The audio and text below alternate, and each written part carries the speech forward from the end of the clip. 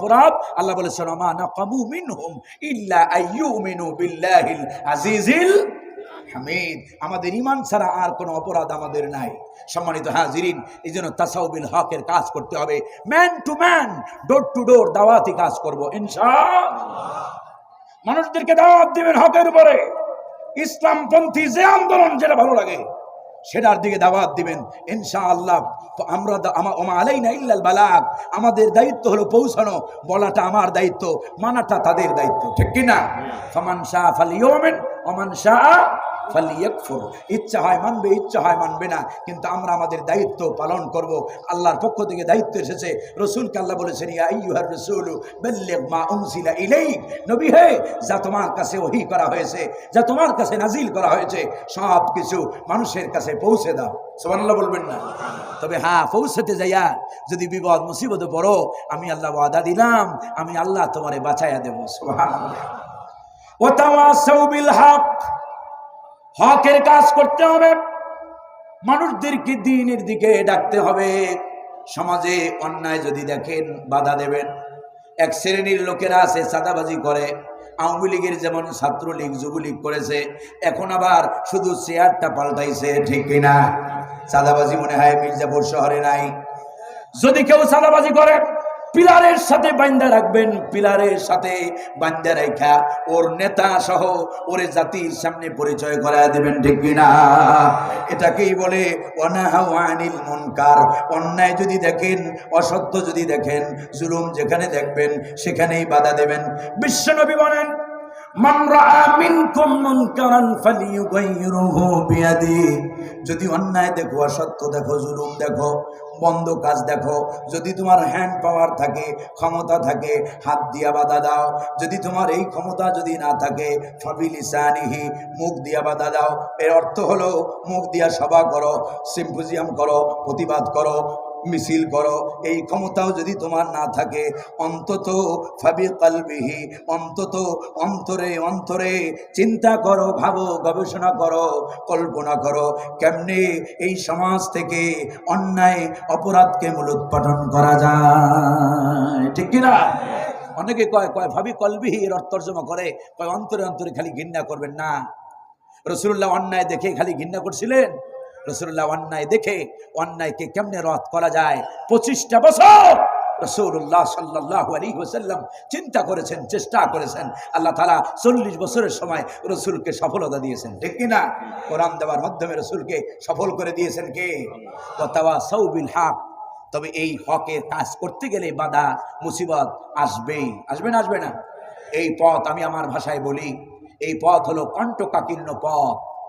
এ পথে চলতে হলে কাটা বিধবেই, এ পথে চলতে হলে বিপদ মুসিবতে পড়তেই হবে, ঠিক কিনা? এই জন্য যখনই বিপদ আসবে আল্লাহ তাআলা 4th নম্বর ফর্মুলা দিয়েছেন ওয়া তাওয়াসাউ বিস সবর, পরস্পরকে ধৈর্যের আহ্বান করতে হবে। রব্বে কারীম আমাদেরকে বোঝার তৌফিক দান করেন, বলি আমিন। হযরত লোকমান কলিজার টুকরা সন্তানকে বলছেন ইয়া বুনাইয়া আকিমিস সালাতা ওয়া আমুর বিল মা'রুফি ওয়ানহা আনিল মুনকার। হযরত লোকমান কলিজার টুকরা সন্তানকে বলেছেন, ও আমার কলিজার টুকরা সন্তান, নামাজ কায়েমের আন্দোলন করো। আকিমিস সালাত, নামাজ কায়েম করো। এরপরে সৎ কাজের ওয়ামুর বিল মারুফ, সৎ কাজের আদেশ দাও, এবং ওয়ানহা আনিল মুনকার, অন্যায় থেকে বাধা দাও। অন্যায়, অসত্য, জুলুম, নির্যাতন দেখলে বাধা দেবে।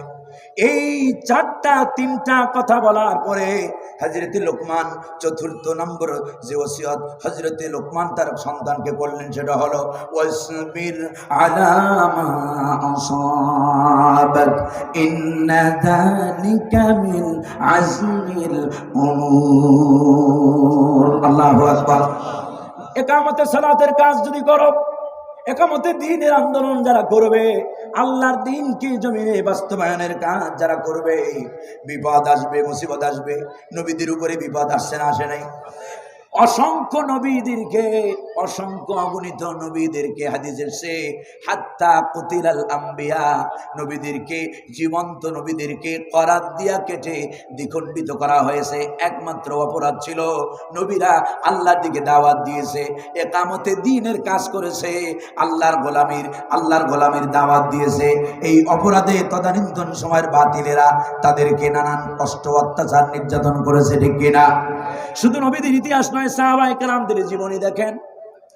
আমরা যাদের অনুসারী, ইমাম আবু হানিফা, ইমাম শাফি, ইমাম আহমদ ইবনে হাম্বল, তাদের জীবনটা কি ভুলে ভরা ছিল? কত কষ্ট তারা করেছেন।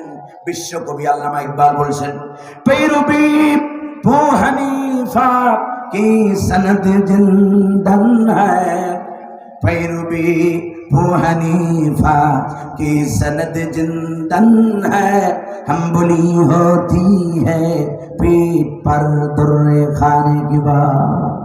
হানাফি আজকে আমরা হাত নবীর নিচে বাঁধলেই হানাফি দাবি করি, আমি আসতে বললেই হানাফি দাবি করি। ইমাম আবু হানিফাকে হাত নাবির নিচে মারার জন্য, বাঁধার জন্য, আর আমি নাচতে বলার জন্য তাকে হত্যা করা হয় নাই। ইমাম আবু হানিফা বাতিলের সামনে মাথা নত না করার কারণে জেলখানায় তাকে হত্যা করা হয়েছে, ঠিক কিনা? ইমাম শাফি রাহমাতুল্লাহ আলাইহি তদানীন্তন সময়ের শয়তানেরা ইমাম আহমদ ইবনে হাম্বল রাহিমাহুল্লাহকে এমন আঘাত তারা করেছে, পিঠ পার ধরে খানে কিবা, এই যে হাত দুটোকে পিঠের পিছনে বেঁধে দৌড়া দিয়া এমন ভাবে আঘাত করেছে, দৌড়ার সাথে প্রতিটি বাড়িতে বাড়িতে শরীরের গোশত দৌড়ার সাথে উঠে এসেছে। আর আমাদের সমাজে এক শ্রেণীর মানুষ ছিল,